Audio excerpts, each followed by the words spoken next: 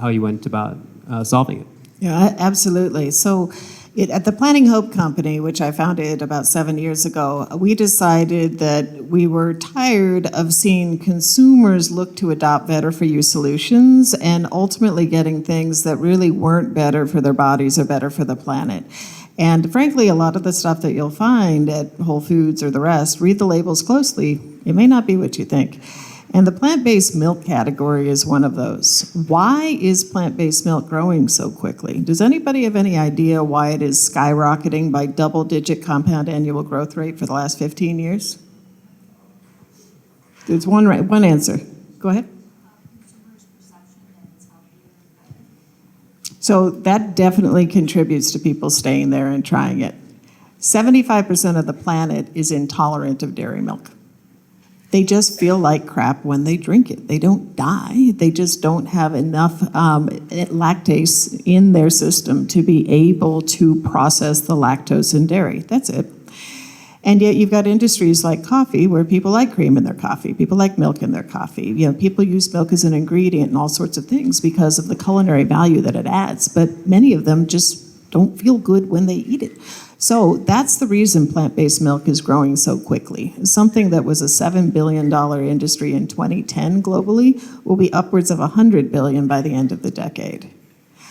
And so when you take a look at, okay, this is a problem that we're solving, which is people wanting to have an alternative. There are alternatives out there, but what are they? Well, almond milk is flavored water. There's no nutritional value in almond milk, not a commercial almond milk. You couldn't, it'd be $20 a liter or gallon if you tried to put enough almonds in there. There just aren't. Oat milk is actually sugar water.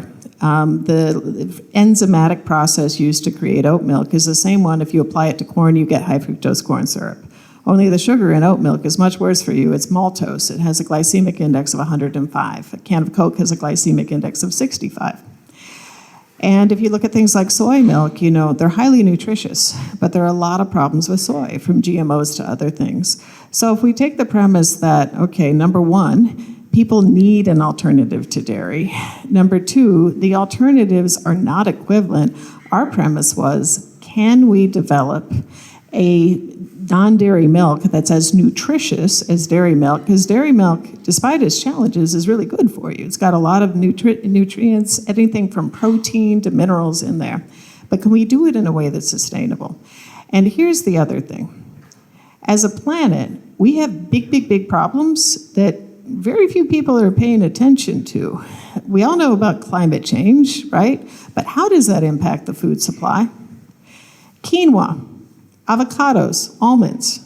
These are not crops that we can feed the world with. They are not scalable. We consider them part of a widely available healthy diet today. 50 years from now, they will be highly specialized if they're available at all. So how do we feed a planet that's going to be upwards of 10 billion people within 30 years? There are answers to it. And the answers include the kind of crops that we use. So while those crops aren't scalable, what are crops like peas, beans, pulses, sesame. All of these crops actually are wonder crops. They're things that everybody knows, and they're cultivated around the world, and they're used in cooking very widely. But they're full of protein, and they're full of fiber, and they're great from a nutrition standpoint. And by the way, they grow extraordinarily efficiently with very little water. They don't require pollinators often, right? Big problem, almond farming in California kills off 30% of the commercial bees every year due to stress and pesticides. So no pollinators required, no pesticides required often, and they renew the soil, right? So these cover crops actually put nutrients and nitrogen back into the soil. So they're great.